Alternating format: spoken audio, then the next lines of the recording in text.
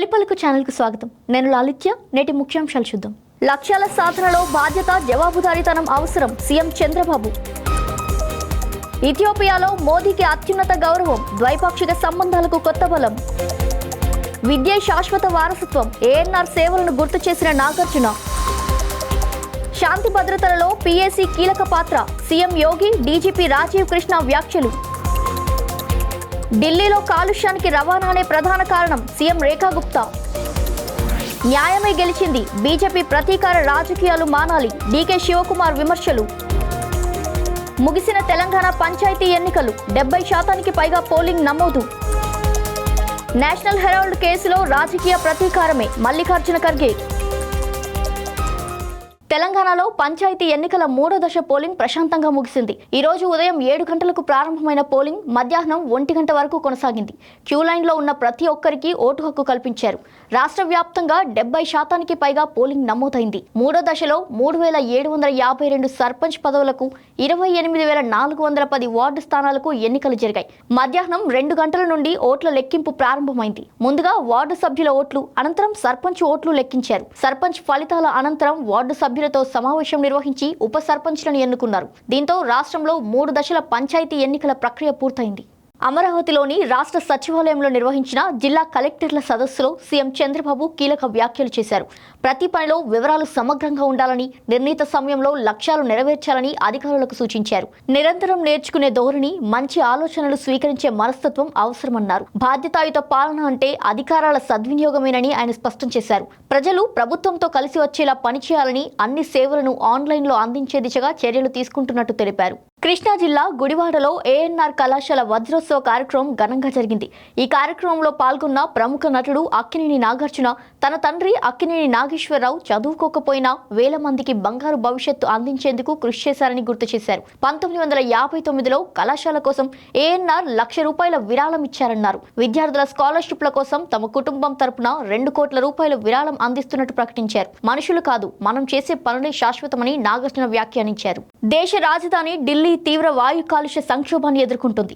శీతాకాల ప్రభావంతో ఏక్యూఐ స్థాయిలు 400 దాటడంతో ప్రజలు ఆరోగ్య సమస్యలతో ఇబ్బందులు పడుతున్నారు.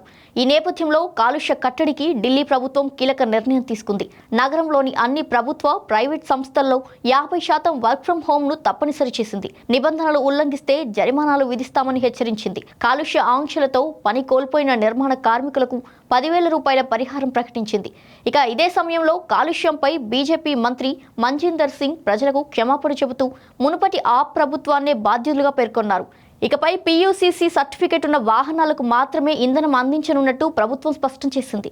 తొలిసారిగా ఇథియోపియా పర్యటనకు వచ్చిన ప్రధాని నరేంద్ర మోదీకి అరుదైన గౌరవం లభించింది. ఇథియోపియా ప్రభుత్వం దేశ అత్యున్నత పౌర పురస్కారం గ్రేట్ ఆనర్ నిషాన్ ఆఫ్ ఇథియోపియాతో మోదీని సత్కరించింది. ఆదిస్ అబాబాలో జరిగిన కార్యక్రమంలో ప్రధాని అబీ అహ్మద్ ఈ అవార్డును అందజేశారు. అనంతరం ఇథియోపియా పార్లమెంట్ సంయుక్త సమావేశాన్ని ఉద్దేశించి మోదీ ప్రసంగించారు. మానవజాతి ఆరంభం ఇథియోపియాలోనే ఉందని, ఆదిస్ అబాబా అయినా అయోధ్య అయినా మూలాలు ఒకటేనని వ్యాఖ్యానించారు. ఆరంభం పంచుకున్నట్టే భవిష్యత్తు కూడా కలిసి నిర్మించుకోవాలన్నారు. ఈ సందర్భంగా భారత్, ఇథియోపియా ద్వైపాక్షిక సంబంధాలపై విస్తృత చర్చలు జరిగాయి.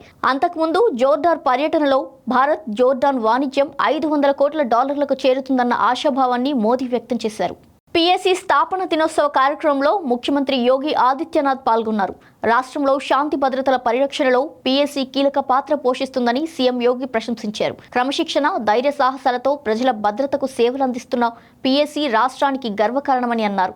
ఈ సందర్భంగా డీజీపీ రాజీవ్ కృష్ణ మాట్లాడుతూ క్లిష్ట పరిస్థితుల్లో శాంతి భద్రతలను కాపాడడంలో పీఏసీ సేవలు అమూల్యమని తెలిపారు. पीएसी के लिए, उत्तर प्रदेश पुलिस के लिए बहुत गौरवमय दिन है।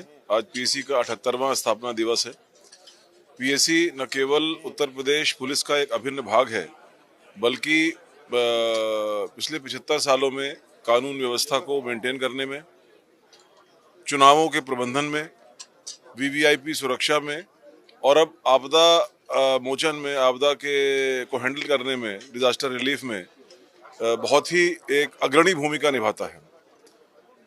पीएसी में जो व्यावसायिक दक्षता है, उनकी जो व्यावसायिक दक्षता है, उनके जो कार्य पद्धति है वो बहुत अच्छी है, अनुकरणीय है।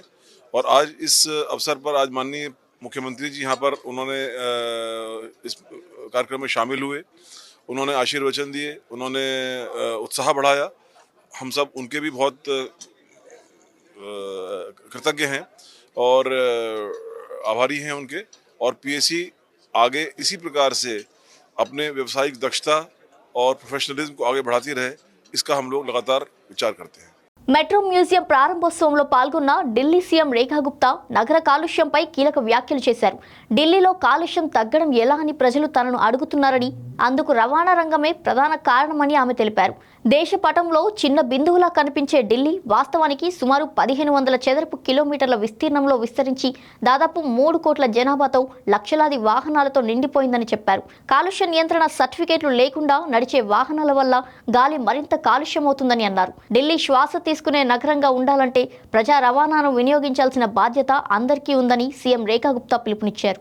मैं अक्सर उन लोगों को कहती हूं जो कहते हैं कि पॉल्यूशन की बात करते हैं, पॉल्यूशन है दिल्ली में कैसे कम होगा। तो अब मैं ये कहती हूं कि पॉल्यूशन में एक बड़ा हिस्सा ट्रांसपोर्टेशन का है। जब भारत के नक्शे में एक बिंदु बराबर दिखने वाली दिल्ली 1500 किलोमीटर 1483 किलोमीटर में फैली हुई, उसमें 3 करोड़ के लगभग जब लोग रहते हैं, लाखों व्हीकल जब सड़कों पे चलते हैं और उसमें भी लाखों व्हीकल बिना पॉल्यूशन सर्टिफिकेट के भी घूमते हैं, तब वो जो धुआं छोड़ते हैं, प्रदूषण करते हैं, वो रोकता है दिल्ली की सांसें। నేషనల్ హెరాల్డ్ కేసులో సోనియా గాంధీ, రాహుల్ గాంధీలపై ఈడీ మనీ లాండరింగ్ ఆరోపణలు ఢిల్లీ కోర్టు పరిగణలోకి తీసుకోకపోవడంపై కర్ణాటక ఉప ముఖ్యమంత్రి డీకే శివకుమార్ స్పందించారు. న్యాయం గెలిచిందని, ఇది బీజేపీకి గుణపాఠమని వ్యాఖ్యానించారు. రాజకీయ ప్రతీకార ధోరణిని బీజేపీ మానుకోవాలని హితవు పలికారు. అలాగే Mahatma Gandhi national rural employment guarantee scheme రాజ్యాంగ సవరణ ద్వారా తీసుకొచ్చిన పథకమని, దాన్ని ఎవరూ మార్చలేరని స్పష్టం చేశారు.